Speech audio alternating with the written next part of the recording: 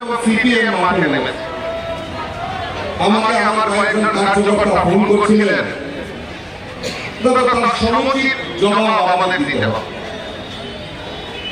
এবং সাধারণ মানুষও আমাকে ফোন করে বলছিলেন, দাদা এই বিরোধীদের জবাব সমুচিত জবাব দিতে হবে। আমি একটু চিন্তায় পড়লাম যে সামনে দুর্গা উৎসব, আমরা মিছিল মিটিং করব, মানুষের কাছে অসুবিধা হতে পারে। কিন্তু সাধারণ মানুষ আমাকে বলেছেন, দাদা যতই অসুবিধা হোক, এই সরকারের প্রতি যারা আঙ্গুল তুলে কথা বলছে তাদেরকে কি এক ফুটো আমরা জবাব দিতে পারবো না?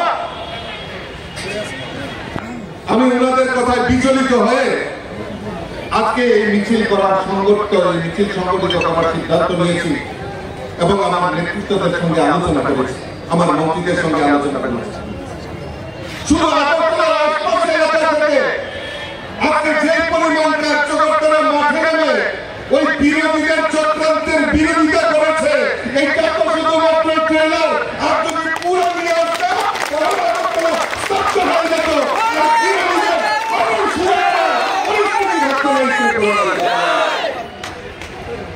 অদ্ভুত বিষয়, গতকালকেও কমিউনিস্টরা মিছিল করেছে। ত্রিপুরা রাজ্যে আইনের শাসন নেই, ত্রিপুরা রাজ্যে খাদ্যের অভাব রয়েছে, ত্রিপুরা রাজ্যে মহিলা নির্যাতন করছে, ত্রিপুরা রাজ্যের চাকরি বেকারদের কর্মসংস্থান, বেকারদের চাকরি হচ্ছে না। আমি জিজ্ঞেস করতে চাই, ওই কমিউনিস্টদেরকে জিজ্ঞেস করতে চাই, খাদ্য নাই সেই আমরা দীর্ঘদিন ধরে এই ত্রিপুরা রাজ্যের আপনাদের ইতিহাস আমরা তুলে ধরতে পারি।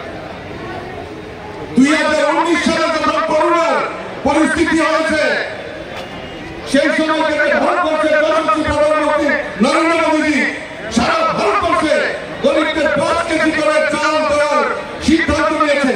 আজ পর্যন্ত সেটা তো বহাল তবিয়তে রয়েছে।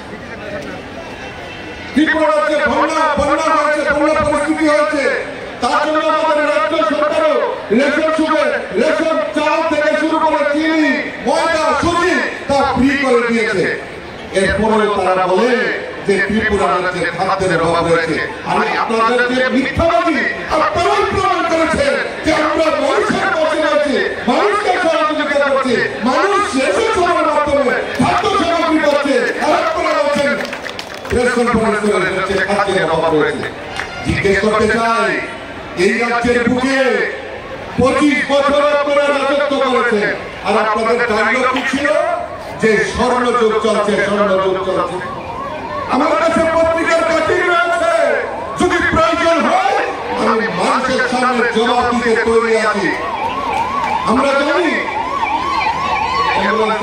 গন্ডা ছড়ানোর মতো প্রত্যন্ত গ্রামে কাঁঠালের বিচি খেয়ে সেই মালিক সরকারের মুখ্যমন্ত্রী শাসনকালে ওই গন্ডা ছড়ায় কাঁঠালের বিচি সিদ্ধ করে মানুষ জীবনযাপন করত। আজকে বলছেন খাদ্যের অভাব রয়েছে। মিথ্যা অপপ্রচার করে বেশি দিন এই রাজ্যের বুকে টিকে থাকা যায় না, সেটা রাজ্যের মানুষ তা প্রমাণ করেছে। 2018-তে আপনাদের ত্রিপুরা রাজ্য থেকে উদ্ধার করেছে এবং 2023-এও আপনাদেরকে এই ত্রিপুরা রাজ্যের মাটি থেকে আপনাদেরকে ভুলিয়ে দিয়েছে। এখন মানুষকে নিয়ে আর রাজনীতি করার চেষ্টা করবেন না। আজকে বলছেন ত্রিপুরা রাজ্যে নারী নির্যাতন হচ্ছে। আমি জিজ্ঞাসা করতে চাই সিপিএম এর বন্ধুদেরকে যে আজকে টাটকা তুলসীর মতো ঘটনা এই ত্রিপুরা রাজ্যের মানুষ ভুলে যায়নি।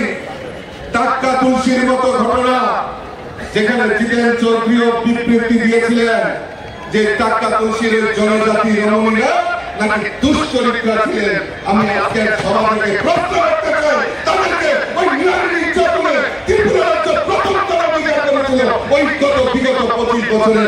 সেটা আমাদের কাছে প্রমাণ রয়েছে যে এই ত্রিপুরা রাজ্যে সেক্রেটারিয়েট যেখানে মন্ত্রী বাহাদুররা বসে, যেখানে পলিসি নির্ধারণ করতে, নীতি নির্ধারণ করতে, আইন নির্ধারণ করতে, সেই সমস্ত জায়গায় সেক্রেটারিয়েটের সচিব পর্যন্ত এই নারী কেলেঙ্কারির সঙ্গে জড়িত।